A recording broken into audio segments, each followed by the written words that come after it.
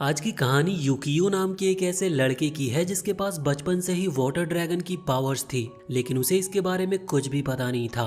तो ये कहानी बहुत पुराने टाइम से स्टार्ट होती है और हमें जानने को मिलता है कि समुद्र के बीच में 4 आइलैंड हैं, जिनमें से 3 आइलैंड के ऊपर ह्यूमंस रहते हैं और वो जो बचा हुआ एक आइलैंड है वहाँ पर 2 ड्रैगन रहते हैं, फायर ड्रैगन और वाटर ड्रैगन। वाटर ड्रैगन का काम लोगों को जिंदगी देना है और फायर ड्रैगन का काम उनसे जिंदगी लेना है। वो बुरे नहीं है, लेकिन ये उनका काम है। अब वक्त के साथ वाटर ड्रैगन अब कमजोर पड़ने लगा था, जिस वजह से फायर ड्रैगन की पावर बढ़ती जा रही थी, यहाँ तक कि उसका खुद पर से कंट्रोल भी हट गया था और उसने बाकी 3 आइलैंड पर रहने वाले इंसानों को खत्म करना शुरू कर दिया था। इंसानों की गिनती इस दुनिया से बहुत तेजी से गिर रही थी, जो देखते हुए गैंडाल्फ नाम का एक आदमी आगे आया और उसने अपने आप को सेक्रीफाइस करते हुए अपनी पावर से वाटर ड्रैगन की रियल पावर को अवेकन किया, जिसके बाद वाटर ड्रैगन की पावर वापस आ चुकी थी और धीरे धीरे सब कुछ ठीक हो जाता है। अब उस कहानी से कई साल बाद की कहानी स्टार्ट होती है और हम उन 3 आइलैंड में से एक आइलैंड का सीन देखते हैं, जहां अभी यूकियो नाम का एक लड़का रह रहा था। उसके फादर का नाम मकोटो है और वो दूसरे और भी बच्चों को एज अ मास्टर ट्रेनिंग देते हैं। और अभी हाल ही में उन्होंने एक और लड़के को सेलेक्ट किया है। इस लड़के का नाम जिंगी है और ये यूकियो के बहुत करीब है। एक तरह से देखें तो ये दोनों बिल्कुल भाई की तरह हैं। यूकियो अभी जिंगी से थोड़ा छोटा है, इस वजह से जिंगी यूकियो का ख्याल भी रखता है। अब जब वो एक दिन खेल रहे थे, उसी दौरान जब जिंगी यूकियो का हाथ पकड़ता है तो अचानक से यूकियो का हाथ पूरी तरह से पानी में बदल जाता और वो जो पानी था वो धीरे धीरे जिंगी के आसपास इकट्ठा होकर एक बॉल क्रिएट कर रहा था। जिंगी ये देखकर हैरान था, क्योंकि उसे कुछ भी समझ नहीं आ रहा था। पर तभी वहां पर मकोटो आता है, जो कि डोमेन एक्सपेंशन टेक्निक का इस्तेमाल करते हुए यूकियो की जो वाटर एबिलिटी है उसकी पावर को न्यूट्रलाइज कर देता है। इसकी वजह से अब वो वाटर बबल आसपास से हट गए थे और जिंगी और यूकियो दोनों ही नॉर्मल हो चुके थे। यहाँ पर जिंगी को कुछ भी समझ नहीं आ रहा था कि ये हुआ क्या। इस वजह से मकोटो उसे बताता है कि यूकियो के अंदर वाटर ड्रैगन की पावर्स है, लेकिन उसने अभी तक उन पावर्स को समझा नहीं, क्योंकि उसकी उम्र बहुत कम है अभी, और इस पावर को अवेकन करने के लिए एक बहुत बड़ी प्रोसेस होती है। वैसे यहाँ पर मकोटो जिंगी से ये बात छुपाने को कहता है, यहाँ तक कि जो उनके 2 बड़े भाई है, जिसका नाम हारू और इबुकी है, उन्हें भी ये बात नहीं बतानी है, जिस पर जिंगी हाँ कर देता है। वैसे इसके बाद अब जब वो वापस लौट रहे थे तब जिंगी मकोटो से पूछता है कि यूकियो की एज बहुत कम है और उसे देखकर नहीं लगता कि वो सच में एक वाटर ड्रैगन है। तो इस पर मकोटो कहता है कि वो अभी छोटा है, जब वो बड़ा हो जाएगा तो उसकी पावर बढ़ना स्टार्ट होगी और वो इस तरह से एक वाटर ड्रैगन नहीं बन सकता, क्योंकि उसके लिए मुझे एक रिचुअल परफॉर्म करना होगा, जिसमें मुझे अपने आप को सेक्रीफाइस करना होगा। लेकिन इसमें कोई बड़ी बात नहीं, इंसानियत को प्रोटेक्ट करने के लिए और सभी के भलाई के लिए मैं ऐसा करने के लिए तैयार हूँ। वैसे वो जिंगी से ये भी कहता है कि उसे हमेशा यूकियो का ख्याल रखना और उसे प्रोटेक्ट करना है। अब अगले ही सीन में हम हारू और इबुकी को देखते हैं, जो कि कुछ मॉन्स्टर लाइक क्रिएचर को खत्म करके अब घर वापस लौट चुके थे। वो दोनों भी मकोटो की तरह स्ट्रांग बनना चाहते थे, इसी वजह से उन्होंने मकोटो को अपना मास्टर चुना है। वो सभी आपस में बहुत घुल मिल कर रहते हैं और इनके रिलेशंस भी बाकी सभी के साथ बहुत अच्छे हैं और ये पांचों बिल्कुल एक फैमिली की तरह रहते हैं और इनकी इस आइलैंड के मेयर के साथ भी बहुत अच्छी बनती है। साथ ही इनकी जो लैंड लॉर्ड है उनका नाम मोमोको है और उससे भी इनकी बहुत अच्छी बनती है और वो भी इनकी फैमिली की तरह ही है। अभी एक दिन हम देखते हैं कि हारू और इबुकी मास्टर को लेकर लड़ रहे थे। तभी मोमोको वहां पर आती है और कहती है कि उन्हें इस तरह से यूकियो के सामने नहीं लड़ना चाहिए, वरना यूकियो पर इसका गलत इंप्रेशन पड़ेगा। जिसके बाद वो दोनों लड़ना छोड़ देते हैं। वैसे अगले सीन में वो दोनों ही ट्रेनिंग कर रहे थे, जिस दौरान जिंगी वहां पर आता है और उनसे कहता है कि उन्हें थोड़ा रेस्ट भी कर लेना चाहिए। लेकिन इस पर वो दोनों ही रुक कर कहते हैं कि हमें रेस्ट करने की ना कहते हुए तुम्हें भी ट्रेनिंग करना शुरू करना चाहिए, जिससे कि तुम भी स्ट्रांग बन सको। वैसे भी तुम्हारी वाटर पावर बहुत अच्छी है। इस पर जिंगी कहता है कि हाँ ये तो है, लेकिन मैं बहुत स्पेशल हूँ, मुझे ट्रेनिंग करने की कोई जरूरत नहीं।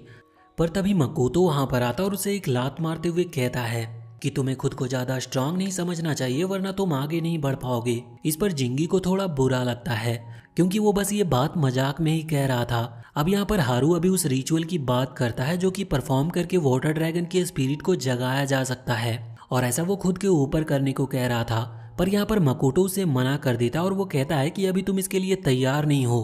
पर वो लोग ये जानते हैं कि फायर ड्रैगन अब धीरे धीरे गुस्से में आ रहा है, क्योंकि उसे वाटर ड्रैगन की याद आ रही है। इसी वजह से वो फिर से अपने रैम्पेज मोड में आ जाएगा। साथ ही यहाँ पर मकोटो कह रहा था कि शायद जल्द ही फायर ड्रैगन अराटामा में बदल सकता है।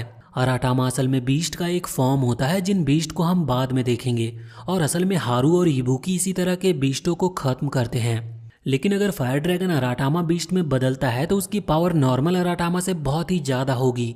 यहाँ पर अब ये लोग बात कर रहे थे कि उन्हें उस चौथे आइलैंड को सील करना होगा जहाँ पर वो फायर ड्रैगन रहता है, जिससे कि फ्यूचर में आने वाले खतरे के लिए वो पहले से तैयार हो पाएंगे। इस पर मकोटो भी हाँ करता है। वैसे अभी इबुकी मन में सोच रहा था कि फायर ड्रैगन धीरे धीरे वक्त के साथ और भी ज्यादा स्ट्रांग बनते जा रहा है और उसके हिसाब से ये 4-5 लोग मिलकर उसे बिल्कुल भी नहीं रोक सकते। लेकिन यहाँ पर वो अपने मास्टर के खिलाफ कुछ कर भी नहीं सकता और बस चुपचाप खड़ा रहता है। अब तभी वहाँ पर मोमोको उनके लिए ड्रिंक लेकर आ गई थी। इस वजह से वो लोग इस टॉपिक पर बात करना बंद कर देते हैं। अब यहाँ से जो टाइम है वो थोड़ा जल्दी जल्दी कंटिन्यू होता है। हम देखते हैं कि वो लोग बहुत एंजॉय कर रहे थे। इसी तरह से कई हफ्ते बीत जाते हैं और उस दौरान हारू और इबुकी की ट्रेनिंग भी अच्छी चल रही थी। घर का काम भी सही चल रहा था और ये लोग मजे कर रहे थे। पर अब अचानक से एक दिन बहुत ही खतरनाक अर्थक्वेक आना स्टार्ट होता है। ये अर्थक्वेक वहाँ उस पूरे आइलैंड को हिला रहा था। वैसे ये आइलैंड अलग है और जिस आइलैंड पर फायर ड्रैगन रहता है वो आइलैंड अलग है, लेकिन फिर भी फायर ड्रैगन की वजह से यहाँ पानी के अंदर जो वेव क्रिएट हो रहे थे और उसी की वजह से इस आइलैंड तक को अर्थक्वेक का सामना करना पड़ रहा था। और अगर ऐसा ही चलता रहा तो इससे भारी नुकसान हो सकता है। इस वजह से मकोटो फैसला करता है कि वो फायर ड्रैगन को जाकर रोकेगा और उसे शांत कराएगा। और यहाँ पर वो हारू और इबुकी से घर पर सभी का ख्याल रखने की कहता है और वो अपनी तलवार और वेपन उठाकर वहां से चला जाता है। उसके जाने के कुछ घंटे बाद भी अर्थक्वेक रुका नहीं था, जिस वजह से अब और भी ज्यादा प्रॉब्लम क्रिएट हो रही थी। और ये देखते हुए हारू और इबुकी फैसला करते हैं कि वो उस चौथे आइलैंड पर जाएंगे जहाँ पर वो फायर ड्रैगन रहता है। वैसे इन्हें नहीं पता था कि मकोटो का प्लान क्या है और वो अभी कर क्या रहा होगा, लेकिन फिर भी ये अपने मास्टर के बारे में ज्यादा ना सोचते हुए सीधा उस चौथे आइलैंड पर आ जाते हैं। इन्हें जानने को मिलता है कि वो फायर ड्रैगन एक वोल्केनो के अंदर रहता है। उसकी पावर की वजह से ही वो वोल्केनो हिल रहा था और उसी के कारण अर्थक्वेक आ रहा था। वहां पर वो उस ड्रैगन को शांत कराने की कोशिश करते हैं, जिसके लिए ये अपनी एनर्जी का यूज कर रहे थे। धीरे धीरे वो वोल्केनो शांत होता जा रहा था, पर अचानक से जब फायर ड्रैगन को गुस्सा आता है तो वोल्केनो इरप्ट होना स्टार्ट हो जाता है और जिस प्रॉब्लम को ये रोकने के लिए आए थे वो और भी ज्यादा बढ़ जाती है, क्योंकि इससे कई नुकसान हुए थे। पहली चीज की इससे फायर ड्रैगन को गुस्सा आ गया था, वो अपने रैम्पेज फॉर्म में आ गया था। दूसरी तरफ वहाँ अर्थक्वेक की मात्रा और भी ज्यादा बढ़ने लगी थी। साथ ही अब वोल्केनो को इरप्ट होते देख सभी आइलैंड वाले डर रहे थे। इस वजह से वो लोग आइलैंड को छोड़कर जाने का फैसला करते हैं। उसी दौरान हम यूकियो और जिंगी को देखते हैं। जिंगी अभी किसी तरह से यूकियो को बचाना चाहता था। इस वजह से वो चाहता था कि वो यूकियो को इस आइलैंड से बाहर निकाले। अब वापस से हम यहाँ उस चौथे आइलैंड पर आते हैं, जहाँ पर हम देखते हैं कि हारू और इबुकी अभी उस ड्रैगन से फाइट कर रहे थे, लेकिन अब वो ड्रैगन रैम्पेज मोड में आ गया था और उसकी पावर के सामने ये दोनों टिक नहीं पाते, जिस वजह से वो ड्रैगन बड़े ही आराम से इन्हें नीचे फेंकते जा रहा था। यहाँ पर इन दोनों की हालत खराब हो चुकी थी और अब इन्होंने मान लिया था कि ये लोग यहाँ से जिंदा बचकर नहीं जा सकते। साथ ही वो ड्रैगन भी अभी गुस्से में इनके ऊपर हमला करने वाला था, लेकिन इतने में ही मकोटो वहां पर आ जाता और वो सिचुएशन को कुछ हद तक संभाल लेता है। यहाँ पर वो उन दोनों से उस आइलैंड को छोड़कर जाने को कहता है, क्योंकि अब उसे ही फायर ड्रैगन को शांत करना होगा। अब वैसे तो वो दोनों वहां से नहीं जाने वाले थे, लेकिन मकोटो उनसे कहता है कि ये लाइफ एंड डेथ की सिचुएशन है और अगर उन्होंने यहाँ पर बचपना दिखाया तो इससे बाकी आइलैंड के लोग भी मारे जाएंगे। अब यहाँ पर हारू और इबुकी दोनों को ही मकोटो की बात माननी पड़ती है और वहां से जाना पड़ता है। कुछ देर के बाद वो फायर ड्रैगन शांत होता है और जब वो वापस से वोल्केनो के पास आते हैं तो इन्हें वहां पर मकोटो की डेड बॉडी मिलती है। अगले सीन में ये लोग अभी फ्यूनरल में थे, जहाँ पर मकोटो को शांति मिलने की बात की जा रही थी और सभी उसकी बहादुरी के लिए उसकी तारीफ कर रहे थे। वो दुखी भी थे, मगर तभी वहां पर एक वकील आता है जो कि मकोटो की वसीयत लेकर आया था। अब हमें ये तो पता था कि जो यूकियो है वो असल में मकोटो का बेटा है, तो यहाँ पर वो जो वकील पेपर लेकर आया था उसमें लिखा हुआ था कि मकोटो चाहता है कि यूकियो टाउन में जाकर, मतलब कि बड़े हाईटेक सिटी में जाकर पढ़े। अब ये सुनकर मोमोको और बाकी लोग हैरान थे। उन्हें समझ नहीं आ रहा था कि मकोटो ऐसा क्यों चाहता था, पर अब जब ऐसा लिखा जा चुका है इस वजह से उन्हें इस पर हाँ करनी पड़ती है। अगले सीन में हम देखते हैं कि वो वकील वहाँ एक शिप में यूकियो को ले जा रहा था। जिंगी अभी उस आइलैंड पर से उसे देख रहा था, लेकिन उसे भी कुछ समझ नहीं आया था कि आखिर उसके मास्टर चाहते क्या थे। पर वो ये बात जानता है कि यूकियो असल में एक वाटर ड्रैगन है, जिस वजह से मास्टर यानी कि मकोटो ने जो कुछ भी किया है वो बहुत सोच समझ कर किया होगा। वैसे मकोटो ने उसे सिर्फ 15 साल होने तक के लिए शहर में भेजा था और जैसे ही वो 15 साल का होगा वो वापस से उस आइलैंड पर लौट आएगा। अब तब तक के लिए यहाँ पर जिंगी सोच रहा था कि वो क्या करे, लेकिन तभी उसे याद आता है कि मकोतो एक रिचुअल के बारे में बात कर रहा था जिससे कि यूकियो अपने रियल यानी कि वाटर ड्रैगन फॉर्म में वापस आ सकता है। और अब जब मकोतो नहीं रहा तो इसका मतलब वो रिचुअल किसी और को परफॉर्म करना होगा। वो ये बात किसी को बता नहीं सकता, इस वजह से वो उस रिचुअल को खुद ही सीखने का डिसाइड करता है। इसके बाद अब वो मकोतो के रूम में आ गया था जहाँ पर आकर उसे बहुत सारी पुरानी किताबें मिलती है। वो धीरे धीरे उन सभी किताबों को पढ़ता है जिसके बाद उसे उनमें से कई सारी जानकारियाँ मिल गई थी। वहाँ पर उसे ये बात भी जानने को मिलती है कि बहुत टाइम पहले एक लीजेंडरी हार्मिंट जिसका नाम गैंडाल्फ था, उसने खुद को सैक्रिफाइस करते हुए वाटर ड्रैगन को बचाया था। और वही सेम रिचुअल की बात मकोतो कर रहा था। उस रिचुअल के दौरान जो आदमी उस रिचुअल को परफॉर्म करता है उसकी जान चली जाती है क्योंकि उसे खुद को सैक्रिफाइस करना होता है। ये सुनकर जिंगी बहुत डर गया था। वैसे भी अभी उसकी उम्र बहुत कम है, इस वजह से ये सारी बातें उसके सर के ऊपर से जा रही थी, लेकिन उसे अपने मास्टर पर भरोसा था, इस वजह से वो उन किताबों को पढ़ रहा था। उसे कई सारी ऐसी किताबें मिलती है जो कि खुद मकोतो ने लिखी थी, जिसके अंदर उस रिचुअल के बारे में थोड़ा आसान भाषा में लिखा हुआ था। पर जब जिंगी उसे पढ़ता है तो उसे लगता नहीं कि सच में ये पॉसिबल है, लेकिन फिर भी वो भरोसा करते हुए फैसला करता है कि वो इन सभी रिचुअल को परफॉर्म करेगा क्योंकि अब आइलैंड को बचाने का सिर्फ एक ही रास्ता है। वैसे इसके बाद अब उसने अपनी लाइफ को बहुत ही मजे से जीना शुरू कर दिया था क्योंकि वो ये बात जानता था कि उसकी लाइफ का और कोई मकसद नहीं है, उसे बस इस रिचुअल को सीखना है और इसे लास्ट में परफॉर्म करना है और उसके बाद उसे मर जाना है। लेकिन उसके बीच का जो टाइम है वो उसे एंजॉय कर सकता है। अब यहाँ से समय बहुत तेजी से आगे चलता है और सीधे 10 साल बीत जाते हैं। इसका मतलब अब यूकियो लगभग 15 साल का हो चुका होगा। तो यहाँ अभी इसी आइलैंड पर मोमोको और वो वकील बात कर रहे थे, जहाँ पर हमें जानने को मिलता है कि अब यूकियो के वापस आने का टाइम हो चुका है। लेकिन ये बात अभी जिंगी ने सुन ली थी, इस वजह से वो वहाँ पर आता है और कहता है कि यूकियो को लेने के लिए वही जाएगा। अगले सीन में हम यूकियो को देखते हैं जिसे एक लेटर मिलता है कि उसे वापस घर आ जाना चाहिए। वैसे अब 10 साल करीबन बीत चुके हैं, जिस वजह से यूकियो को ज्यादा कुछ याद नहीं, पर उसमें लिखा था कि उसे अपने आइलैंड पर लौटकर आना होगा। अब रात हो चुकी थी तो वो सो गया था। नींद में वो आज फिर से खुद को पानी के अंदर पाता है क्योंकि उसे ये सब सपने बार बार आते हैं और इसी वजह से अब उसे इनकी आदत हो गई थी, बल्कि उसे तो अब इसमें मजा आने लगा था। लेकिन तभी एक हाथ उसे बाहर की तरफ खींचता है, जिसके बाद उसकी नींद खुल जाती है और वो देखता है कि कमरा धीरे धीरे हिल रहा है जैसे कि अर्थक्वेक आ रहा हो, लेकिन वो इस पर ज्यादा ध्यान नहीं देता। अगले दिन हम देखते हैं कि उसे सर्टिफिकेट मिलता है क्योंकि उसने अपनी ग्रेजुएशन कंप्लीट कर ली थी।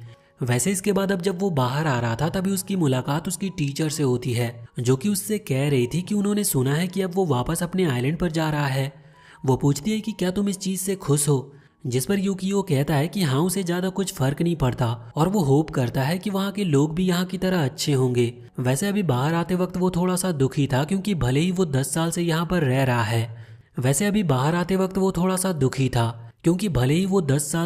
रह रहा है, लेकिन उसके दोस्त नहीं बने, इस वजह से ये 10 साल उसके लिए थोड़े बोरिंग टाइप के गुजरे थे। अब जब वो बाहर निकल रहा था तभी उसकी नज़र वहाँ बैठी जिंगी पर पड़ती है, जो कि धड़ाधड़ बियर की कैन खाली करते जा रहा था, जिस वजह से वो सभी बच्चे उसे ही देख रहे थे।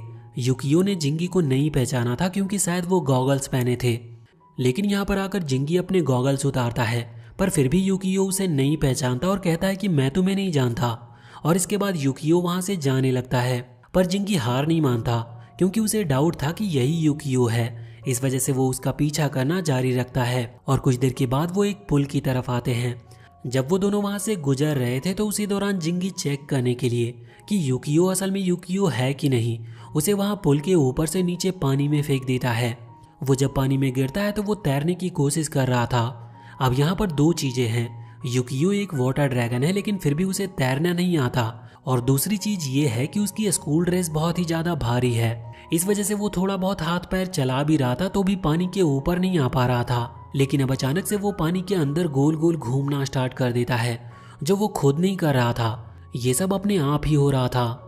अब ये चीज देखते हुए बाहर जिंगी को कंफर्म हो जाता है कि हाँ, ये यूकियो ही है। इस वजह से वो अपने स्पेल के थ्रू उसे पानी से बाहर ले आता है और खुद भी पानी के ऊपर खड़े होते हुए यूकियो से कहता है कि क्या तुमने मुझे पहचाना। लेकिन वो उसे अभी भी पहचाना नहीं था। लेकिन अब जिंगी को ये बात पता चल चुकी है कि वो यूकियो ही है। इस वजह से जिंगी अपने पास से एक सूटकेस खोलता है और उसमें यूकियो को पैक करता और वहां से सीधा ही बोट पर ले आता है, जो कि पैसिफिक ओशियन के बिल्कुल बीच में थी। यहाँ पर अभी यूकियो हैरान था कि वो किडनैप हो चुका है, लेकिन जिंगी उससे कहता है कि ऐसा कुछ भी नहीं है। वो उसे बताता है कि वो उसे आइलैंड पर वापस ले जाने के लिए आया है, जिस वजह से यूकियो समझ जाता है कि जिंगी को उन्हीं लोगों ने भेजा है जिन लोगों ने उसे लेटर भेजा था। वैसे यहाँ पर जिंगी अपने बारे में बताता है कि जब वो दोनों छोटे थे तब वो दोनों भाई की तरह थे, लेकिन यूकियो को कुछ भी याद नहीं था।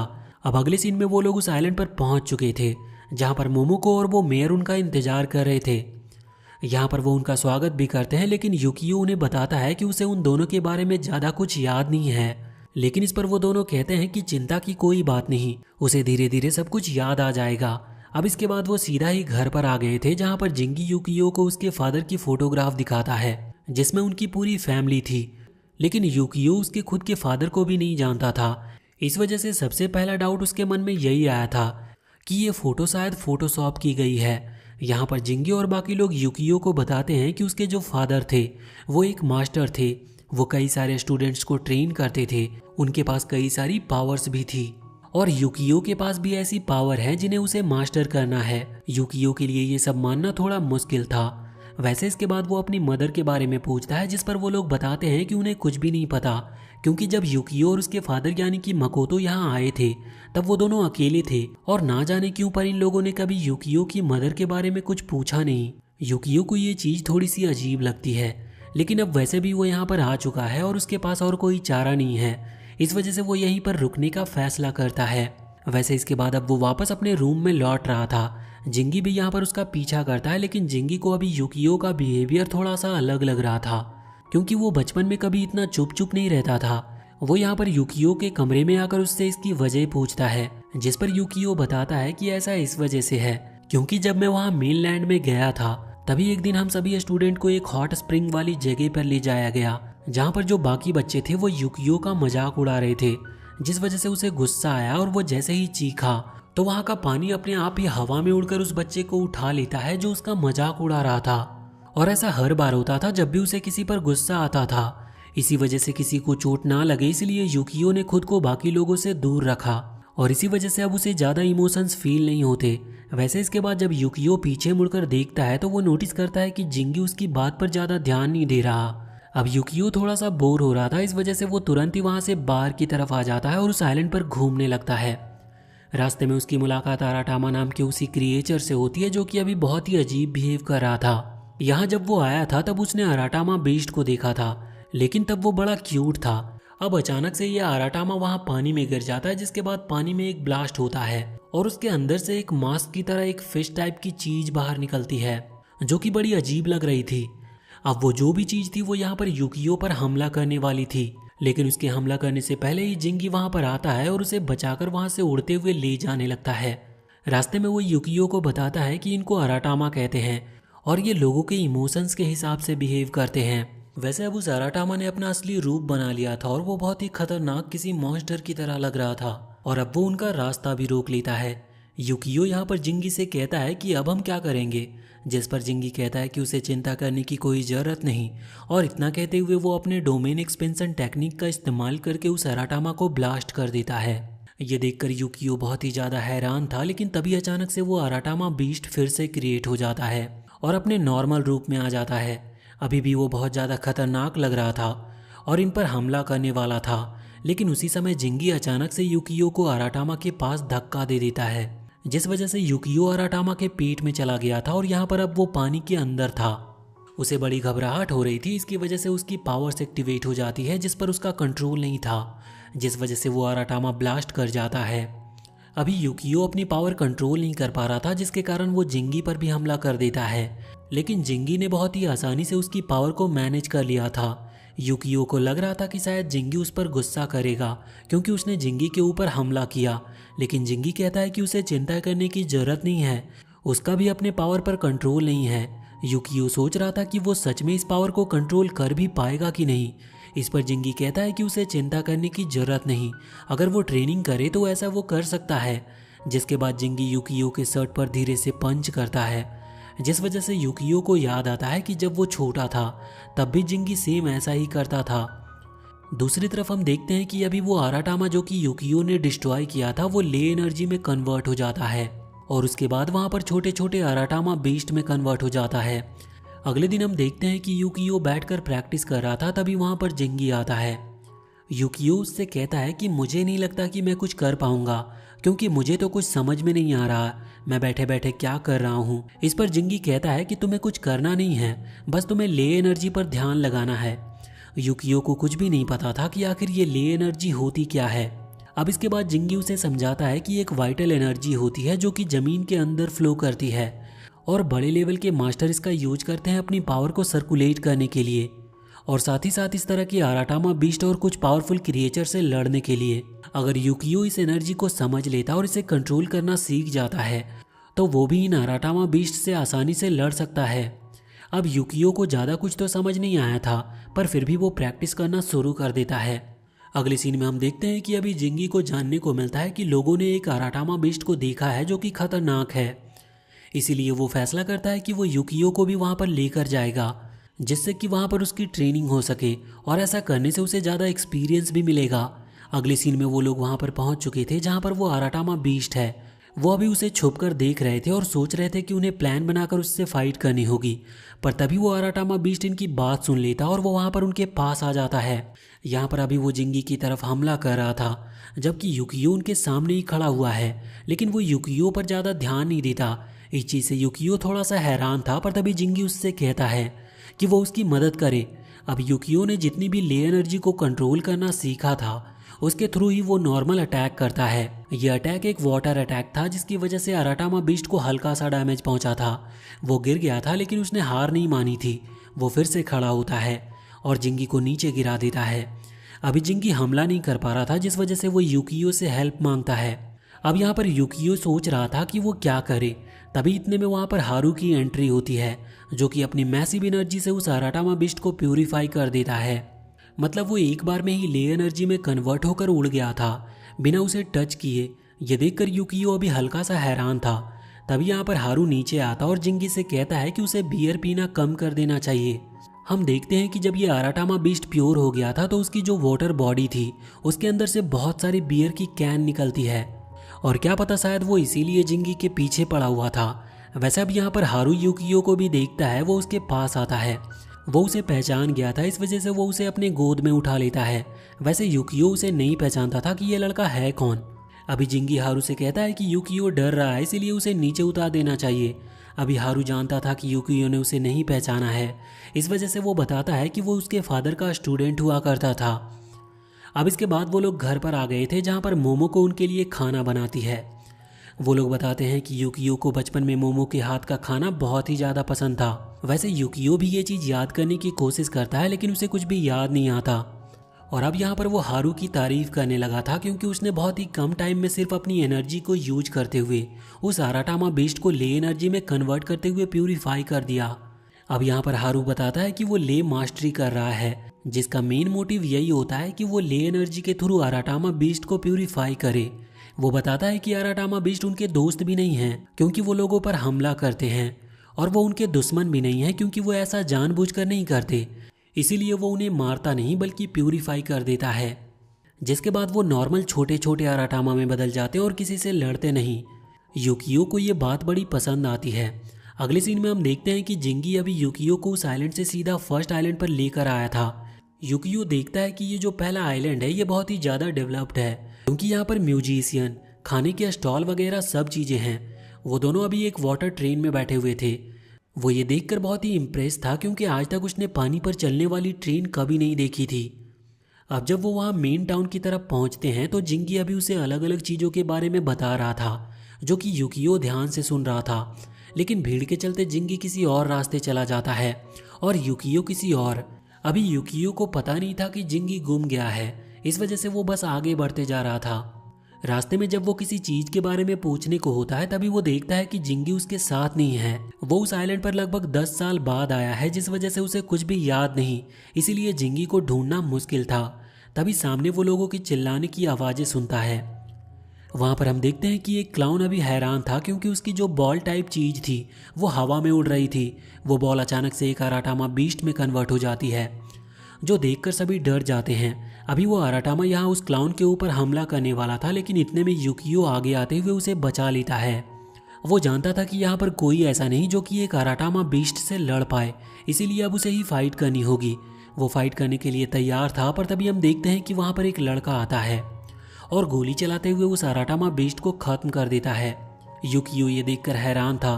वो पीछे मुड़ता है तो देखता है कि असल में वो लड़का कोई और नहीं बल्कि इबुकी है, और यहाँ पर वो भी युकियो को पहचान गया था। इस वजह से वो कहता है कि मैं तुमसे मिलकर बहुत खुश हूँ।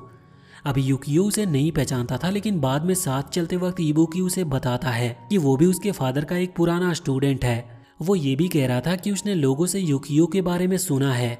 वो सभी कह रहे थे कि युकियो अपने फादर से बिल्कुल अलग है। युकियो को तो ये चीज़ें बिल्कुल समझ नहीं आती। वो अभी ये सोच रहा था कि हारू का जो तरीका है अराटामा को प्यूरिफाई करने का वो अलग है और इबुकी का तरीका बिल्कुल अलग है। वैसे इसके बाद अब वो उस बिल्डिंग में पहुंच चुका था जहां पर इबुकी रहता है और काम करता है। अभी यहाँ वो युकियो को भी अंदर आने की कहता है। जब वो वहां पर आता है तो वो जिंगी को देखता है, जिसे देखकर वो हैरान था। वहां पर एक बार भी था। अभी पहले तो युकियो जिंगी से कहता है कि आखिर वो बीच आइलैंड पर उसे छोड़कर क्यों गया, जिस पर वो ज्यादा कुछ नहीं बताता। अब यहाँ जब वो बैठे हुए थे तभी युकियो इबुकी से हारू के बारे में बात करता है। वो कहता है कि हारू अराटामा बीस्ट को प्यूरिफाई करता है और तुम सीधा बंदूक निकालकर उसे खत्म कर देते हो। जिस पर इबुकी कहता है कि हाँ, ये दोनों ही तरीके हैं अराटामा बीस्ट को रोकने के, लेकिन युकियो कहता है कि अगर हम उसे सच में ले एनर्जी की मदद से प्यूरिफाई करें तो वो ले एनर्जी के साथ मिल जाएगा और ये थोड़ा पीसफुल तरीका भी लगता है। लेकिन इस पर इबुकी कहता है कि हाँ, लेकिन इससे वो कुछ सालों बाद वापस से बुरा बनकर हम पर हमला भी कर सकता है। और वैसे भी यहाँ आइलैंड पर कई सारे टूरिस्ट आते हैं। वो अराटामा बीस्ट जैसी चीज़ों को देखकर डर जाते हैं, इसीलिए मैं उनकी जान बचाने के लिए उन बीस्ट को परमानेंटली खत्म ही कर देता हूँ, जिससे वो कभी लौट कर ही ना आए। लेकिन अभी युकियो को इसका तरीका सही नहीं लग रहा था। उसके हिसाब से हारू का तरीका ज़्यादा अच्छा है, लेकिन वहीं इबुकी को अपना ही तरीका ज़्यादा सही लगता है। अब तभी वहाँ पर एक लड़की आती है जो कि असल में इबुकी की स्टूडेंट है। वो आकर बताती है कि उन्हें असली अराटामा की बॉडी मिल चुकी है। ये सुनकर युकियो हैरान था। वह कहता है कि हमने उस अराटामा को वहीं पर ख़त्म किया था। तो इस पर इबुकी बताता है कि नहीं, वो असली अराटामा नहीं था, असली अराटामा कहीं और है और वो अपने पावर से इन छोटे छोटे अराटामा को कंट्रोल करते हुए बीस्ट में कन्वर्ट कर रहा है। अब इसके बाद इबुकी वहाँ से जाने लगा था, लेकिन वो युकियो से कहकर जाता है कि उसे जब भी यहाँ पर आना हो वो आ सकता है। अब उसके जाने के बाद युकियो और जिंगी दोनों ही आइलैंड से जाने लगे थे। रास्ते में युकियो इबुकी की कंपनी के बारे में पूछता है, जिस पर जिंगी कहता है कि वो लोग टूरिस्ट की प्रोटेक्शन के लिए इस तरह से अराटामा बीस्ट को खत्म करने का काम करते हैं। वो पूछता है कि क्या तुम्हें इबुकी का काम पसंद है, जिस पर जिंगी कहता है कि हाँ, वो सही कर रहा है। लेकिन युकियो ने ये आंसर एक्सपेक्ट नहीं किया था, क्योंकि उसके हिसाब से हारू का तरीका ज़्यादा अच्छा है, क्योंकि वो अराटामा बीस्ट को मारता नहीं बल्कि प्यूरिफाई करता है। लेकिन इस पर जिंगी कहता है कि हाँ, उसका तरीका अच्छा है, लेकिन अराटामा बीस्ट हमें नॉर्मल ट्रीट नहीं करते। अगर हमारी फाइट हो रही है और हम उसे प्यूरिफाई करने का सोच रहे हैं तो ऐसा नहीं है कि वो भी हमें प्यूरिफाई करेगा, वो हमें जान से ही मारेगा। और प्यूरिफाई करने का मतलब है कि कुछ टाइम में अराटामा बीस्ट फिर से आ सकते हैं। और यहाँ पर इस आइलैंड पर टूरिज्म बहुत ही ज़्यादा है, जिस वजह से जो बाहर से लोग आते हैं उनकी एनर्जी की वजह से अक्सर ये अराटामा बीस्ट जाग जाते हैं, और ऐसा लगभग रोज ही होता है, जिस वजह से ये कंपनी बनाई गई है। और जिंगी के हिसाब से इबुकी जो भी कर रहा है वो सही कर रहा है। अब यहाँ पर युकियो पूछता है कि हारू का इबुकी के इस टेक्निक पर क्या कहना है। तो इस पर जिंगी कहता है कि इन दोनों को ही एक दूसरे की टेक्निक से कोई फर्क नहीं पड़ता। साथ ही यहाँ पर जिंगी युकियो को मना करता है कि वो उन दोनों को एक दूसरे के बारे में ज़्यादा बात ना करे। युकियो थोड़ा सा हैरान था। वो कहता है कि ऐसा क्यों, जबकि वो दोनों ही उसके फादर के स्टूडेंट हैं और लगभग भाई की तरह हैं। लेकिन इस पर जिंगी कोई ज़्यादा साफ जवाब नहीं देता। अब वो आगे बढ़ने लगे थे, तभी युकियो नोटिस करता है कि वो कुछ वहाँ इबुकी की बिल्डिंग में भूल आया है।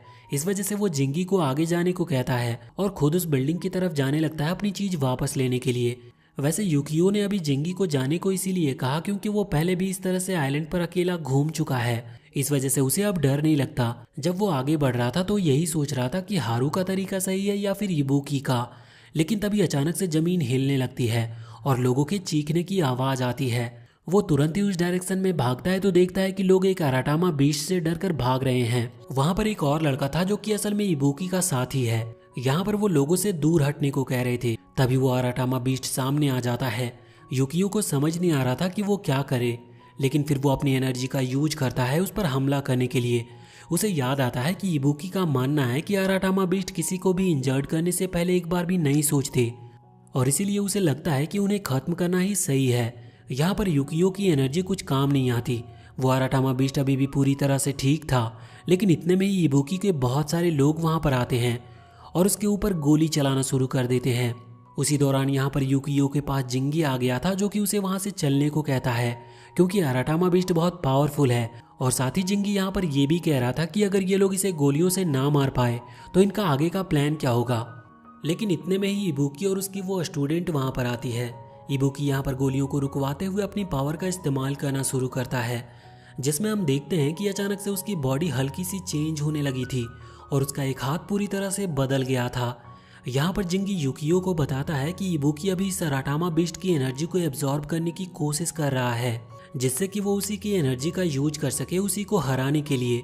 अब यहाँ पर हम देखते हैं कि इबुकी का एक हाथ पूरी तरह से बदलने के बाद उसके हाथ पर एक आंख भी बन गई थी, जिसके बाद जब वो आराटामा उसकी तरफ हमला कर रहा था तभी इबुकी यहाँ पर आराटामा को पकड़ते हुए उसके पार्ट्स को अलग कर देता है, जिस वजह से वो आराटामा मारा जाता है। इबुकी ने अभी आराटामा की आंख निकाल ली थी, जिसे पिचकाते हुए उसके ब्लड को कंज्यूम करता है और डिक्लेयर करता है कि वो अपने पुराने मास्टर और बाकी सभी से स्ट्रांग बनेगा। यहाँ तक कि वो ये भी कहता है कि वो एक ड्रैगन से भी स्ट्रांग बनकर दिखाएगा। अभी यहाँ पर युकियो ये सब देखकर बहुत ही ज़्यादा हैरान था, लेकिन बाद में उसे ये भी जानने को मिलता है कि इस प्रोसेस के बाद इबुकी को बहुत ही ज़्यादा पेन सहना पड़ता है, क्योंकि उसमें इसकी बहुत एनर्जी लगती है और वैसे भी एक आराटामा बीस्ट की एनर्जी को कंज्यूम करने के बाद उसे रिफाइन करना बहुत ही ज़्यादा टफ है।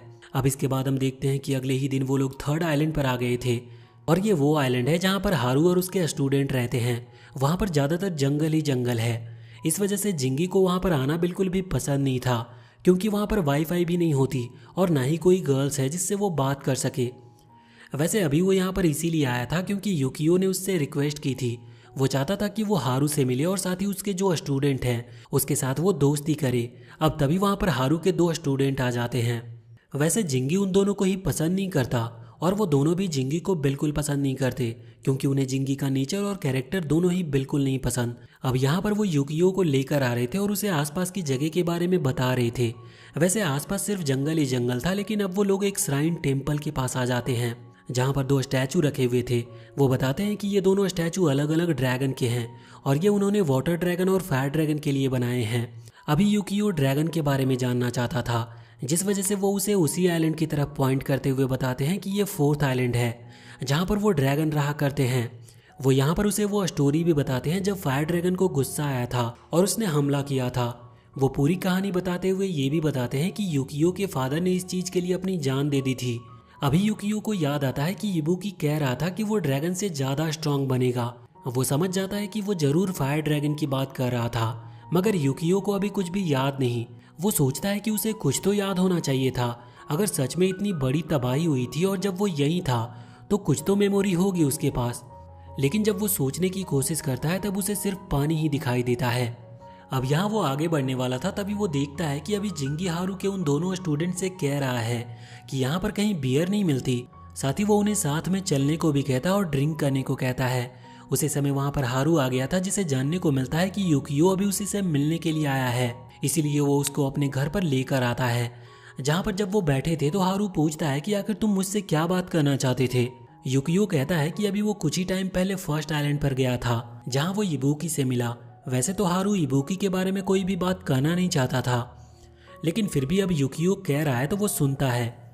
युकियो कहता है कि उसने देखा कि इबुकी किस तरह से एक आराटामा को पिस्टल के थ्रू खत्म करता है, तो वो यहाँ पर हारू से उसका ओपिनियन पूछता है। इस चीज पर हारू कहता है कि वो इसके बारे में ज्यादा नहीं सोचता, उसे इबुकी के तौर तरीकों से कोई मतलब नहीं। अब हारू कहने लगता है कि मैं ले एनर्जी का यूज करता हूँ, तुम्हें ले एनर्जी के बारे में कुछ पता है? तो इस पर युकियो कहता है कि हाँ मुझे पता है, लेकिन सिर्फ उतना ही जितना जिंगी ने मुझे बताया है। इस पर हारू को हंसी आ जाती है। वो उससे कहता है कि चलो फिर। वो उसे वहाँ गेट के पास लेकर आता और उसे थर्ड आइलैंड पर जो ले एनर्जी मौजूद है उसका एक्सपीरियंस कराता है, जो कि युकियो को बहुत ही ज़्यादा अच्छा लगता है। यहाँ पर वो कहता है कि तुम अगर अपने डीप सी के अंदर झाँको तो तुम्हें वहाँ पर भी ले एनर्जी मौजूद दिखेगी, जिसका यूज करते हुए वो आराटामा बीस्ट को प्योर करते हैं और इसी ले एनर्जी में उन्हें कंबाइन करके वो वापस से उसी जगह पर भेज देते हैं जहाँ से वो आए हैं। युकियो जब ऐसा करता है तो वो सच में ले एनर्जी को महसूस कर पा रहा था, लेकिन तभी हारू उसे रोक देता है और कहता है कि शुरुआत में ज़्यादा टाइम ऐसा करने से तुम्हें तकलीफ हो सकती है। साथ ही अगर तुम अपनी हीलिंग एनर्जी में और ज़्यादा डीपर जाओगे तो फिर लौट कर आना भी बहुत मुश्किल होता है। युकियो उसकी बात को समझता है, लेकिन उसे बहुत मज़ा आ रहा था। अभी हारू कहता है कि आराटामा नॉर्मली बिल्कुल भी डेंजरस नहीं होते, वो बस तभी डेंजर होते हैं जब उनका अपनी पावर पर कंट्रोल नहीं रहता या फिर उन्हें ज़्यादा एनर्जी मिल जाए। इसीलिए हारू का काम यही है कि वो उन्हें प्योर करके वहीं भेज देता है जहाँ से वो आए हैं, जिससे कि वो पहले की तरह बिल्कुल नॉर्मल हो जाते हैं। युकियो यहाँ पर अभी इबुकी के बारे में भी बात करता है। वो कहता है कि इबुकी का हाथ पूरी तरह से बदल गया था, जिसके बाद उसने एक आराटामा बीस्ट की आंख के ब्लड को एब्जॉर्ब कर लिया और उसे पी लिया, लेकिन हारू इस बारे में ऑलरेडी जानता है। वो कहता है कि हाँ, इबुकी ऐसा खुद को स्ट्रांग बनाने के लिए कर रहा है, लेकिन ऐसा करने से अंत में वो भी एक आराटामा बीस्ट में बदल जाएगा। ये सुनकर युकियो हैरान था। वो कहता है कि सिर्फ पावर लेने के लिए आखिर इबुकी ऐसा क्यों करना चाहता है। अब यहाँ से ये सीन चेंज होता है और हम देखते हैं कि अभी युकियो अपनी ले एनर्जी को फील करते हुए प्रैक्टिस कर रहा था, जिस दौरान वो अपनी एनर्जी को समझ तो लेता है लेकिन उसे कंट्रोल नहीं कर पाता। वहीं पर जिंग बैठा हुआ था, वो अभी ये सब देख रहा था। यहाँ पर युकियो किसी तरह से उस ले एनर्जी को कंट्रोल करने की कोशिश कर रहा था, पर उसी दौरान एक हल्का सा अर्थक्वेक आता है, जिस वजह से युकियो वहां नीचे गिर गया था। अब अगले दिन फिर से एक हल्का सा अर्थक्वेक आता है, जिसके बाद जिंग युकियो से कहता है कि हमें चलना चाहिए। वो उसे उसके फादर के ग्रेव के पास लेकर आता है, जहाँ पर अभी जिंगी अल्कोहल पीते हुए मकोतो यानी कि युकियो के फादर को रिस्पेक्ट दे रहा था और प्रे कर रहा था। युकियो को समझ में नहीं आता कि आखिर वो ऐसा क्यों कर रहा है। तभी वहां पर 3 और लोग आते हैं और वो भी यहाँ पर मकोतो को रिस्पेक्ट देते हैं और प्रे करने के लिए आए थे। अब युकियो पूछता है कि आखिर वो लोग ऐसा क्यों करते हैं, तो यहाँ पर वो तीनों जिंगी से कहते हैं कि वो युकियो को पूरी स्टोरी बताए। अब जिंगी बताता है कि आज से 10 साल पहले ऐसा ही एक बहुत खतरनाक अर्थक्वेक आया था। ये अर्थक्वेक फायर ड्रैगन के गुस्से की वजह से आया था। उसका गुस्सा इतना खतरनाक था कि शायद ये जो बाकी के तीनों आइलैंड हैं ये समुद्र में जाकर मिल जाते, लेकिन अभी 10 साल से आइलैंड सुरक्षित इसीलिए खड़े हैं क्योंकि युकियो के फादर मकोतो ने अपनी जान को सेक्रीफाइस करते हुए इन सभी की जान बचाई। इसीलिए वो यहाँ पर आकर प्रे करते हैं कि मकोतो हमेशा उनके आइलैंड को प्रोटेक्ट करे। अब इसके बाद युकियो भी वहाँ पर अपने फादर की ग्रेव के सामने हाथ जोड़कर बैठ गया था। तभी कुछ देर के बाद वो इबारा को देखते हैं। इबारा वही लड़की है जो कि असल में इबुकी की स्टूडेंट है। वो भी यहाँ पर अपने पेरेंट्स की ग्रेव पर आई थी। अभी जब वो जा रही थी तो जिंगी उसे ड्रिंक के लिए इनवाइट करता है, लेकिन इबारा ज़्यादा ध्यान नहीं देती और वहाँ से चली जाती है। अभी जब युकियो इबारा के पेरेंट्स के ग्रेव की तरफ आता है तो देखता है कि वहाँ पर इबारा की की चेन रखी है, जिस वजह से वो फैसला करता है कि उन्हें ये इबारा को वापस करनी होगी।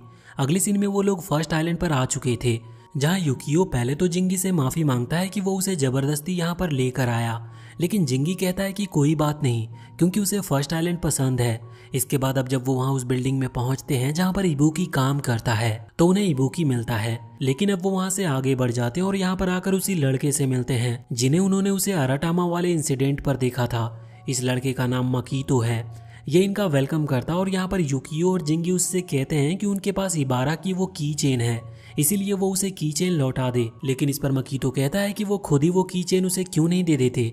इसके बाद मकोतो इबारा को वहाँ पर बुलाता है। अब युकियो उसे वो की चेन दे देता है। अभी वो उससे कुछ बात करने ही वाला था, लेकिन तभी एक अर्थक्वेक आता है। वो समझ गए थे कि जरूर आइलैंड पर कोई आराटामा बीस्ट आया है, लेकिन तभी जिंगी कहता है कि ये फायर आराटामा है। ये सुनकर इबारा तुरंत ही वहाँ से भाग जाती है उस आराटामा बीस्ट को खत्म करने के लिए। वैसे हमें ये भी बताया जाता है कि असल में इबारा अभी फायर आराटामा सुनकर इसीलिए गुस्सा हो गई थी क्योंकि उसके पेरेंट्स की जान फायर आराटामा की वजह से ही गई थी। अभी यहाँ पर जिंगी और युकियो डिसाइड करते हैं कि वो जाकर उसकी मदद करेंगे और दूसरी तरफ मकीतो ये बात इबुकी को बताता है जिससे कि वो भी सही सिचुएशन पर वहाँ पर पहुँच सके। अब दूसरी तरफ हम इबुकी को देखते हैं जो कि अभी किसी से बात कर रहा था कि आइलैंड पर पिछले इंसिडेंट से एक बहुत बड़ा डेंजर होते होते बच गया, लेकिन आगे भी ऐसा हो सकता है, इसीलिए उन्हें इवैक्यूएशन के लिए तैयार रहना चाहिए क्योंकि इबुकी के हिसाब से जल्दी आइलैंड पर कोई बड़ा खतरा अपीयर होगा। अब तभी यहाँ पर इबुकी को एक कॉल आता है जो कि मकीतो का था। वो बताता है कि सिटी में एक फायर आराटामा अपीयर हुआ है, जिसके बाद अब इबुकी तुरंत ही वहाँ से निकल गया था उस जगह पर पहुँचने के लिए। अगले सीन में हम युकियो और जिंगी को देखते हैं जो कि अभी इबारा का पीछा कर रहे थे, लेकिन रास्ते में उन्हें कुछ घर दिखते हैं जिनमें आग लगी हुई थी, जहाँ पर लोग अभी भी बीच में फंसे थे। इसी वजह से यहाँ पर जिंगी उन लोगों को बचाने का डिसाइड करता है और युकियो से कहता है कि वो आगे जाकर इबारा को रोके, इसीलिए युकियो आगे बढ़ गया था। दूसरी तरफ हम इबारा को देखते हैं जो कि उस फायर अराटामा के पास पहुंच चुकी थी। वो अराटामा दिखने में बहुत ही खतरनाक था, लेकिन फिर भी यहाँ पर इबारा हार नहीं मानती। वो तुरंत ही उस पर हमला करना शुरू कर देती है। लड़ते वक्त उसे अपने पेरेंट्स के सीन दिखाई दे रहे थे जिस दिन वो मारे गए थे।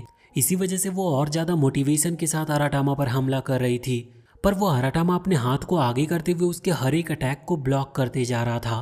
वो अराटामा अपनी बहुत ही ज्यादा मैसिव एनर्जी के साथ यहाँ पर इबारा पर हमला करता है और इबारा उसके अटैक से बच नहीं सकती थी, लेकिन तभी युकियो सामने आते हुए वाटर शील्ड क्रिएट कर देता है, जिसकी वजह से उस अराटामा का अटैक रुक गया था।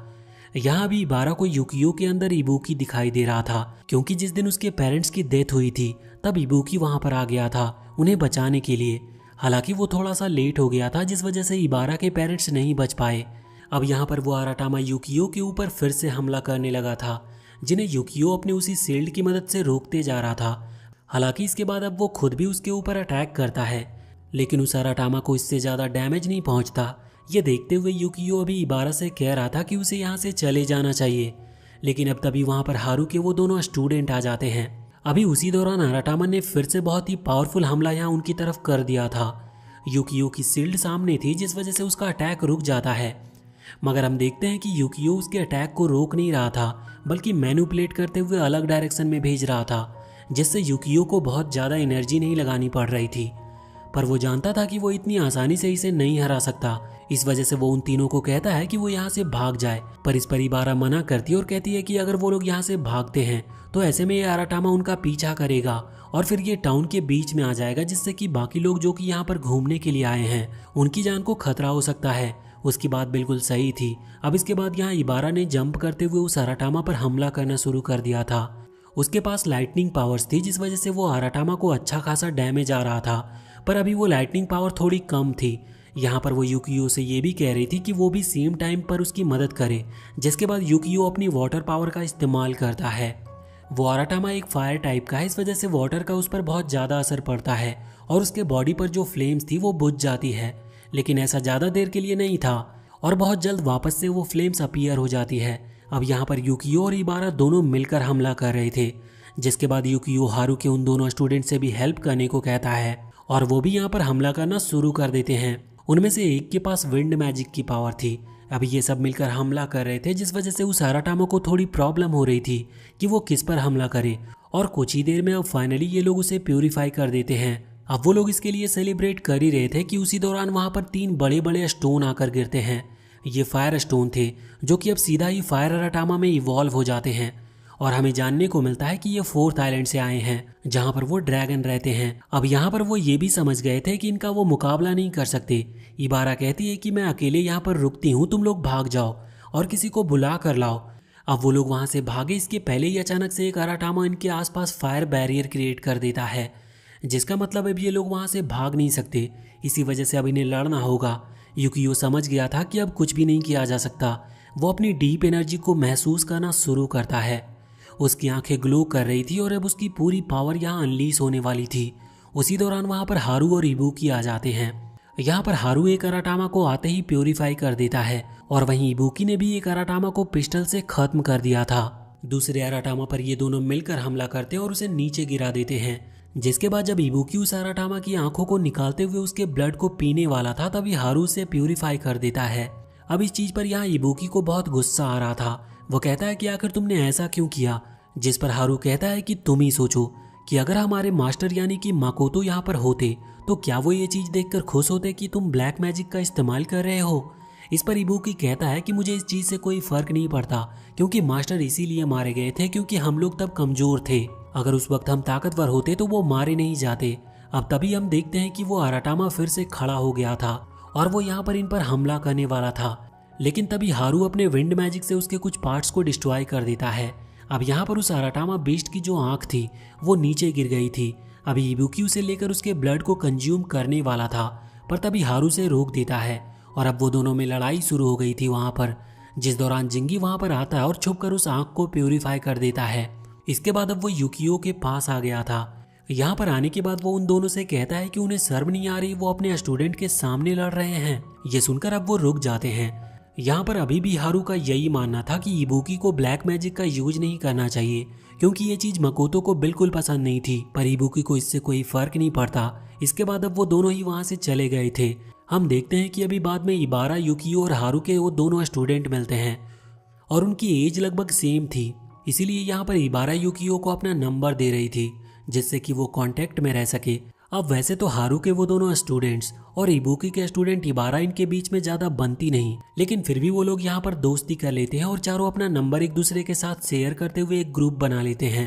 अब जब युकियो वहां से वापस आ गया था तो वो मोमोको से इस बारे में बात करता है कि आखिर हारू और इबुकी के बीच में हुआ क्या था। मोमोको कहती है कि उसे ज्यादा अच्छे से तो ये चीज पता नहीं, लेकिन जब मकोतो की डेथ हुई थी तब उसके बाद ये दोनों इस आइलैंड पर गए जहां मकोतो की बॉडी मिली, और उसके बाद से इबुकी ने डिसाइड किया कि वो मकोतो की सिखाई हुई चीजों को छोड़कर अपनी एक अलग जर्नी चुनेगा, जिससे कि वो और भी ज्यादा स्ट्रांग बन सके और फायर ड्रैगन को अगली बार आने से रोक सके। लेकिन कुछ टाइम बाद इबुकी फिर से लौट आया था, लेकिन उसने अपने पाथ बदल लिए थे, जिस वजह से हारू और इबुकी के बीच में आपस में कभी नहीं बनी और नॉर्मल सिचुएशन अब सामने है। इसके बाद हम देखते हैं कि अभी जिंगी बैठा हुआ था और दूसरी तरफ अगले रूम में युकियो सो रहा था। तभी युकियो को वही ड्रीम आती है जो कि उसे वहां स्कूल में आया करता था। अभी वो पानी के अंदर था। वैसे इस तरह का ड्रीम उसे बहुत दिनों के बाद आया था, इसीलिए वो थोड़ा सा हैरान भी था। अभी पानी के अंदर वो नॉर्मली रहता है और इसके बाद उसे होश आ जाता है, लेकिन आज उसे कोई मिस्टीरियस एनर्जी अपनी तरफ खींच रही थी, जिस वजह से वो हड़बड़ा जाता है और पानी से ऊपर आने की कोशिश करता है, पर वो ऐसा कर नहीं पाता। तभी हम उस मिस्टीरियस एनर्जी को देखते हैं जहाँ पर एक आंख अपीयर होती है जो कि एक अराटामा की थी। युकियो उसे देखकर डर गया था, लेकिन तभी वहां पर जिंगी आता और उसे जगाता है। वो पूछता है कि क्या हुआ, जिस पर युकियो कहता है कि कुछ नहीं, बस ये एक नॉर्मल सा ड्रीम था। मगर जिंगी नोटिस करता है कि युकियो की जो आंख थी वो बहुत ही लाइट ब्लू कलर में ग्लो कर रही थी। अब उसी दौरान युकियो को एक मैसेज आता है जो कि उसके दोस्त की तरफ से था। असल में आइलैंड पर एक फेस्टिवल हो रहा है जो कि बहुत समय में होता है, इस वजह से वो लोग वहां पर जाने वाले थे और वो वहां पर युकियो को इनवाइट कर रहे हैं। वो जिंगी को इस बारे में बताता है तो जिंगी यहाँ युकियो को मकाटो का मास्क देता है और कहता है कि वो इसी मास्क को पहन कर जाए, क्योंकि इस फेस्टिवल में सभी लोग को मास्क पहनना कंपलसरी होता है। अगले सीन में युकियो अब वहां पर फेस्टिवल में आ चुका था। यहाँ पर आकर वो अपने दोस्तों से मिलता है, लेकिन कुछ ही समय बाद हम देखते हैं कि अचानक से वो फोर्थ आइलैंड पर बना हुआ वोल्केनो इरप्ट करना शुरू कर गया था। इसका मतलब फायर ड्रैगन को फिर से गुस्सा आ गया है और अब 10 साल के बाद वो फिर से जाग चुका है सभी पर हमला करने के लिए। सभी लोग बहुत डर गए थे। अगले दिन सुबह वो सभी लोग तैयारी कर लेते हैं कि उन्हें इस आइलैंड को छोड़ना होगा और किसी दूसरे आइलैंड पर जाना होगा जो कि सेफ हो। अभी जब वो जा रहे थे तो इस तरफ हम हारू को देखते हैं जो कि अपने स्टूडेंट के साथ था और युकियो से मिलता है। अभी हारू बताता है कि ये सब वही हो रहा है जो 10 साल पहले हुआ था, लेकिन इस पर युकियो थोड़ा हैरान था। वो पूछता है कि जब उसके फादर ने सेक्रीफाइस करते हुए सभी को बचा लिया था तो ये सब फिर से क्यों हो रहा है। इस पर हारू बताता है कि आज से 15 साल पहले जब फायर ड्रैगन सो रहा था और वाटर ड्रैगन कमजोर पड़ गया था, तब युकियो के फादर यानी कि मकोतो ने फायर ड्रैगन की ले एनर्जी को एक पर्सन के अंदर इंजेक्ट कर दिया था और हारू के हिसाब से वो पर्सन कोई और नहीं बल्कि युकियो ही है। लेकिन युकियो को इस पर यकीन नहीं होता। वैसे हारू भी कह रहा था कि अभी उसे पूरी तरह से तो कॉन्फिडेंस नहीं है, लेकिन फिर वो अपना हाथ आगे करते हुए युकियो से अपने हाथ पर हाथ रखने को कहता है और जब वो ऐसा करता है तो हारू उसकी जो ले एनर्जी है उसे महसूस कर पा रहा था। उसे पता चलता है कि ये एनर्जी कितनी ज़्यादा मैसिव है और इससे वो समझ जाता है कि युकियो ही असल में वाटर ड्रैगन है, लेकिन अभी तक उसने अपनी पूरी पावर को अवेकन नहीं किया है। इसका मतलब अभी वो कुछ भी कर नहीं सकता। हारू उससे कहता है कि देखो तुम्हारे पास 2 रास्ते हैं, पहले तो ये कि तुम बहुत ही ज़्यादा हार्ड ट्रेनिंग करो और कुछ सालों में खुद को इतना स्ट्रांग बना लो कि फिर तुम वापस से वाटर ड्रैगन में ट्रांसफॉर्म हो सको, और दूसरा रास्ता ये है कि हम एक रिचुअल परफॉर्म करें जिससे कि तुम्हारी जो बॉडी है वो ले एनर्जी में कन्वर्ट होकर वाटर ड्रैगन को समन कर देगी। लेकिन यहाँ पर हारू को वो पहला वाला रास्ता यानी कि ट्रेनिंग वाला रास्ता ज़्यादा सही लगता है, इसीलिए वो कहता है कि तुम्हें ट्रेनिंग करनी होगी।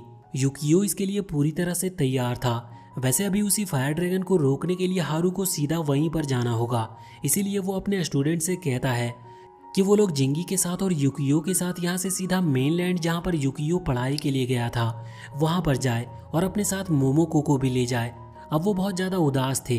वो कहते हैं कि हमें भी आपके साथ आना है, लेकिन इस पर हारू उन्हें मना कर देते हैं। अगले सीन में हम देखते हैं कि हारू वहाँ फायर ड्रैगन के पास पहुँच चुका था जहाँ अभी फायर ड्रैगन पूरी तरह से अवेकन नहीं हुआ था।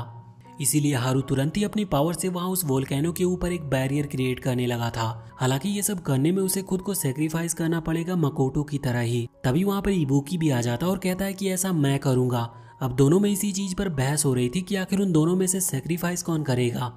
लेकिन तब तक फायर ड्रैगन जाग जाता और बाहर आ जाता है। अब ये देखते हुए यहाँ पर इबुकी ने तुरंत ही अपने हाथ को ट्रांसफॉर्म करते हुए आराटामा में बदल लिया था, जिसके बाद वो हमला करना शुरू कर देता और उसके अटैक बहुत ही ज्यादा यूजफुल नहीं थे, इसीलिए अभी हारू भी मदद कर रहा था। पर उन दोनों की पावर मिलकर भी उस फायर ड्रैगन को रोक नहीं पाती। वैसे तो उन दोनों ने फैसला कर लिया था कि वो मिलकर लड़ेंगे, लेकिन ऐसा करने का कोई फायदा नहीं हो रहा था, बल्कि इससे अब वो दोनों थकने लगे थे।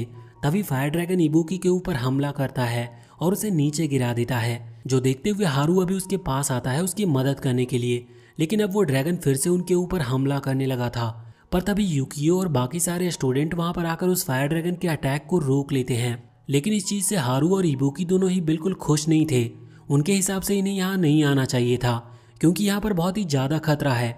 लेकिन अब कुछ नहीं किया जा सकता था, इस वजह से वो लोग साथ में मिलकर फाइट करने का डिसाइड करते हैं। लेकिन उनके साथ में होने से भी कोई फर्क नहीं पड़ रहा था, क्योंकि वो ड्रैगन बिल्कुल भी थक नहीं रहा था। ये देखते हुए अब हारू अपने मास्टर यानी कि माकोतो की एक सीक्रेट टेक्निक का यूज करता है और उस ड्रैगन को वो चेन से बांध लेता है। लेकिन हारू की एनर्जी अभी इतनी स्ट्रांग नहीं थी कि वो उस ड्रैगन को ज़्यादा देर तक संभाल सके। इस वजह से कुछ ही देर में वो ड्रैगन फिर से आज़ाद हो चुका था। दूसरी तरफ हम इबुकी को देखते हैं, जो कि सिचुएशन को देखते हुए खुद को पूरी तरह से एक आराटामा में ट्रांसफॉर्म कर लेता है, जिससे उसकी पावर बहुत ही ज़्यादा बढ़ गई थी। और अब वो हारू की मदद लेते हुए उस फायर ड्रैगन पर हमला करना शुरू कर दिया था। हालांकि अभी भी इससे वो ड्रैगन नहीं हार रहा था, लेकिन फिर भी बाकी स्टूडेंट को अभी रेस्ट करने का टाइम मिल चुका था। हम देखते हैं कि तभी वहां पर जिंगी की एंट्री होती है, जो कि यूकियो से आकर पूछता है कि क्या उसे उसकी वाटर ड्रैगन की पावर वापस चाहिए, जिस पर यूकियो हाँ करता है। तो यहाँ पर जिंगी अनाउंस करता है कि वो उस रिचुअल को परफॉर्म करने वाला है, जिसके बाद यूकियो के पास वाटर ड्रैगन की पावर वापस से आ जाएंगी। यहाँ ये बात जिंगी जानता था कि वो मरने वाला है, लेकिन वो ये बात किसी को नहीं बताता। और अब वो उस रिचुअल को परफॉर्म करता है, जिसकी वजह से यूकियो और जिंगी दोनों ही ले एनर्जी की स्पिरिचुअल रेल में आ चुके थे। यहाँ पर आने के बाद अभी वो देखते हैं कि वो एक स्टोन के ऊपर थे। वो देखते हैं कि नीचे ले एनर्जी की बहुत ज्यादा पावरफुल फोर्स बह रहा है। अभी यूकियो पूछता है कि अगर हम ऐसा पहले कर सकते थे तो हमने ऐसा क्यों नहीं किया, जिस पर जिंगी कहता है कि वो उसके लिए तैयार नहीं था, क्योंकि ऐसा करने की वजह से उसकी जान जाने वाली है। यूकियो इसके लिए बिल्कुल तैयार नहीं था, लेकिन जिंगी कहता है कि नहीं, तुम्हें यहाँ से कूदना होगा, क्योंकि आइलैंड और बाकी लोगों को बचाने का बस एक ही रास्ता है। अभी यूकियो नीचे देखता है तो उसे डर लग रहा था, क्योंकि वो बहुत ऊंचाई पर है और नीचे वो ले एनर्जी बहुत ही स्पीड के साथ बह रही है। तभी जिंगी उससे कहता है कि चिंता मत करो, मैं भी तुम्हारे साथ चल रहा हूँ। यहाँ पर वो यूकियो का हाथ पकड़ता और सीधा ऊपर से कूद जाता है। हम देखते हैं कि अब वो पानी में जाते जा रहे थे। यहाँ पर जाने के बाद उन्हें सामने वाटर ड्रैगन सोया हुआ मिलता है। वहाँ पर यूकियो की बॉडी जैसे ही वाटर ड्रैगन के पास आती है तो वो उसके साथ कनेक्ट हो जाता है, जिसके वजह से अभी यूकियो को अपने बचपन की वो सारी मेमोरीज दिखाई दे रही थी, जिसमें वो अपने फादर यानी कि मकोतो को देख पा रहा था। इस तरफ जब वो नॉर्मल वर्ल्ड में आता है तो देखता है कि जिंगी की लाइफलेस बॉडी नीचे पड़ी हुई है। इसके बाद यहाँ पर यूकियो बहुत ही ज़्यादा खतरनाक तरीके से वाटर वेव जनरेट करता है और अपने रियल वाटर ड्रैगन रूप में आ जाता है। यहाँ पर अभी जो पानी फैल रहा था उसे देखते हुए बाकी सभी वहाँ से दूर हट गए थे और अब उन्हें सामने वाटर ड्रैगन और फायर ड्रैगन दोनों की लड़ाई देखने को मिलती है। ये लड़ाई जीत के लिए नहीं थी, बल्कि वाटर ड्रैगन के ना होने की वजह से फायर ड्रैगन गुस्से में है। इसी वजह से यूकियो अभी बस उसे शांत करने के लिए उससे लड़ रहा था। जब वो किसी तरह से फायर ड्रैगन को रोक लेता है तब वो उससे कहता है कि अब उसे गुस्सा करने की जरूरत नहीं, क्योंकि अब मैं आ चुका हूँ। ये सुनकर फायर ड्रैगन धीरे धीरे अब शांत होने लगता है। इसके बाद अब वो दोनों आपस में कनेक्ट हो जाते हैं और ये लड़ाई यहीं पर रुक जाती है। जो ले एनर्जी थी उसका जो फोर्स था वो भी न्यूट्रल हो चुका था, जो देखकर सभी हैरान थे और फाइनली अब वो शांति से सांस ले सकते थे। जब यूकियो वापस से अपने नॉर्मल बॉडी में आता है तो वो सीधा यहाँ जिंगी के पास आता है, लेकिन जिंगी अब जिंदा नहीं था। ये देखकर यूकियो को एक बहुत ही ज़्यादा बड़ा झटका लगता है। अगले सीन में हम देखते हैं कि अभी जिंगी का फ्यूनरल चल रहा था और यूकियो अपने कमरे में था। वो तब से अपने कमरे में ही बंद है, क्योंकि उसे बहुत बुरा लग रहा है। उसके दोस्त को भी उसकी चिंता हो रही थी, साथ ही उन्हें अभी इस चीज का भी बुरा लग रहा था कि जिंगी उन्हें छोड़कर चला गया, जबकि उसकी उम्र भी कितनी कम थी। अभी वो भले ही जिंगी को ज्यादा पसंद नहीं करते थे, क्योंकि जिंगी का कैरेक्टर इस टाइप का था। वो किसी से ज्यादा अच्छे से बात नहीं करता था और उसके ज्यादा ऐसे दोस्त भी नहीं थे, वो अपनी दुनिया में ही मस्त था, लेकिन यही सारी चीजें उसे खास भी बनाती थी, इसीलिए वो दुखी थे। अब यहाँ पर हम देखते हैं कि मोमो को युकियो के पास आती है और उससे कहती है कि उसे आखिरी बार जिंगी से मिल लेना चाहिए, लेकिन युकियो वहाँ नहीं जाना चाहता था क्योंकि वो अभी सिर्फ खुद को ही कोस रहा है। वो कहता है कि अगर वो स्ट्रांग होता तो जिंगी को कभी भी उसकी वाटर ड्रैगन की पावर को एक्टिवेट करने के लिए खुद की जान नहीं देनी पड़ती। लेकिन इस चीज पर मोमो को उससे कहती है कि ऐसा कुछ भी नहीं है, अगर सच में कोई दूसरा रास्ता होता तो जिंगी कभी भी ये चीज नहीं चुनता। वैसे भी उसके पास सोचने के लिए बहुत टाइम था, पर उसने ये चुना, इसका मतलब यही लास्ट ऑप्शन था। अब युकियो बात मान लेता है लेकिन वो अंदर नहीं जाता। कुछ देर बाद हम देखते हैं कि एक छोटी अराटामा जो कि डेंजर नहीं होते, वो वहां से उड़ते हुए सीधा उसी रूम की तरफ जा रही थी जहां पर जिंगी है। युकियो उस अराटामा के पीछे आता है। यहाँ अभी वो मेयर से मिलता है। मेयर अभी बहुत ही ज्यादा उदास थे। वो यहाँ पर युकियो से कहते हैं कि तुमने पूरे आइलैंड को बचा लिया, लेकिन मैं तुमसे माफी मांगना चाहता हूँ क्योंकि इस चीज में तुमने अपने एक और फैमिली मेंबर की जान गंवा दी। युकियो उनकी बातों को समझ रहा था, लेकिन इसमें उनकी कोई गलती नहीं है। अब इसके बाद मेयर वहां से चले जाते हैं जिससे कि युकियो अकेले में जिंगी के साथ कुछ बात कर सके। युकियो वहीं पर बैठ जाता है। अभी वो बहुत उदास था, लेकिन उसे गुस्सा भी उतना ही ज्यादा आ रहा था। वो जिंगी की कॉलर पकड़ते हुए कहता है कि उसे उठना होगा, वो ऐसे युकियो के ऊपर कर्स डालकर नहीं मर सकता। अभी जब वो ऐसा कर रहा था तभी अचानक से वो अपने आप को ले एनर्जी रेल में पाता है, जहां पर वो देखता है कि बहुत ही ज्यादा ले एनर्जी फ्लो कर रही है और उसी के बीच में एक बड़ा सा गोल्डन पूल लगा हुआ है। उस पूल के पास ही उसे पकड़े हुए जिंगी खड़ा हुआ था। जिंगी यहाँ पर युकियो को मदद के लिए बुला रहा था। युकियो को उसकी बात समझ नहीं आ रही थी और उसे तो ये भी समझ नहीं आ रहा था कि जिंगी यहाँ पर क्या कर रहा है। हालांकि अब जब तक उसे समझ में आता तब तक जिंगी वहां उस ले एनर्जी के पूल में गिर चुका था और उसके बहाव के साथ वो बहने लगा था। अभी इतनी ज्यादा ले एनर्जी में उसे ढूंढ पाना नामुमकिन है। और दूसरी बुरी चीज ये है कि युकियो की सिर्फ स्पिरिट यहाँ पर आई है, इसीलिए वो ऐसा नहीं कर सकता। अब वो नॉर्मल टाइम में वापस आ जाता है जहाँ पर वो समझ गया था कि उसे क्या करना है। वो यहाँ पर मोमो को और मेयर से कहता है कि वो हारू और इबुकी को जाकर बता दे कि हम अभी भी जिंगी को बचा सकते हैं। इसके बाद अब युकियो वहां से भाग गया था। वो भागते हुए जाकर वाटर ड्रैगन में ट्रांसफॉर्म होता है और सीधा फोर्थ आइलैंड पर जाकर उस वोल्केनो के अंदर जंप कर देता है, जिसकी वजह से वोल्केनो पर लगा हुआ वो बैरियर टूट चुका था और अब युकियो की बॉडी रियल ले एनर्जी रियल में आ चुकी थी। यहाँ पर वो देख रहा था कि वो जिंगी को कहाँ ढूंढे, लेकिन वहां पर बहुत एनर्जी थी जिस वजह से जिंगी को ढूंढ पाना लगभग नामुमकिन था। मगर वो हार नहीं मानता, वो घूमता रहता है। कुछ देर के बाद उसे अपने ही फादर यानी कि मकोतो की सोल मिलती है। वो ये देखकर बहुत ही हैरान था। पहले तो वो उसे पहचाना ही नहीं था, लेकिन मकोतो उसे देखते ही पहचान गया था। वो उसे अपने बारे में बताता है, जो सुनकर युकियो हैरान हो जाता है। वहां पर वो बहुत बातें करते हैं, जहां पर मकोतो बताता है कि उसने 10 साल के लिए युकियो को वहां मेनलैंड मतलब कि उस स्कूल वाली जगह पर इसीलिए भेजा था जिससे कि युकियो कुछ सीख सके और उसे ये समझ में आ सके कि नॉर्मल ह्यूमन किस तरह से अपना जीवन बिताते हैं, क्योंकि यहाँ आइलैंड पर ये चीजें समझ पाना नामुमकिन था। अब कुछ देर तक बात करने के बाद युकियो यहाँ पर जिंगी के बारे में बताता है और कहता है कि वो यहाँ जिंगी को ढूंढने आया है, क्या उसमें मकोतो उसकी मदद कर सकता है। जिस पर मकोतो कहता है कि बिल्कुल, जब जिंगी की सोल यहाँ पर आई थी तभी उसने एक फॉर्मेशन टाइप टेक्निक का यूज करके उसकी सोल पर कुछ पार्टिकल्स लगा दिए थे, जिनसे मकोतो को पता चल सकता है कि आखिर जिंगी कहाँ पर है। अब इसके बाद वो दोनों ही वहां से निकल पड़ते हैं जिंगी को ढूंढने के लिए। अभी रास्ते में युकियो को तकलीफ हो रही थी, लेकिन मकोतो को बिल्कुल तकलीफ नहीं हो रही थी क्योंकि वो 10 साल से यहाँ पर रह रहा है, जिस वजह से उसे यहाँ रेल में आसपास जाना बहुत आसान लगता है। वैसे एक और बात कि अगर जिंगी यहाँ पर रहा तो वो ले एनर्जी में बदल जाएगा, लेकिन 10 साल से मकोतो ले एनर्जी में इसीलिए नहीं बदला क्योंकि वो फायर ड्रैगन को रोकना चाहता था, जिस वजह से उसने खुद को ले एनर्जी में कन्वर्ट नहीं होने दिया। अब यहाँ पर वो दोनों जब आगे बढ़ रहे थे तभी दूसरी तरफ हम वहाँ बाहर इबुकी को देखते हैं। बाकी सभी भी ये चीजें समझ चुके थे कि युकियो वाटर ड्रैगन बनकर फोर्थ आइलैंड की तरफ निकल गया है, इसीलिए अब ये लोग भी सीधा उसी डायरेक्शन में निकल जाते हैं। वहां उस आइलैंड पर पहुंचने के बाद हारू अभी एक कनेक्शन फॉर्मेशन क्रिएट कर रहा था, जिसकी वजह से एक पोर्टल ओपन होता है जो कि अभी वहां ले एनर्जी रेल में कनेक्ट था। वैसे उसे ऐसा इसीलिए करना पड़ा क्योंकि वोल्केनो के ऊपर से वो फॉर्मेशन हट गया है जो कि उस वोल्केनो को ले एनर्जी से कनेक्ट करता था। इसका मतलब युकियो नॉर्मली वहां से बाहर नहीं आ सकता। दूसरी तरफ अभी हम युकियो को देखते हैं जो कि मकातो के साथ वहां ले एनर्जी के बीच जिंगी को ढूंढने की कोशिश कर रहा था। कुछ देर के बाद उन्हें जिंगी ले एनर्जी में डूबता हुआ दिखता है, जिसके बाद वो आगे बढ़ते हुए उसे बचा लेते हैं।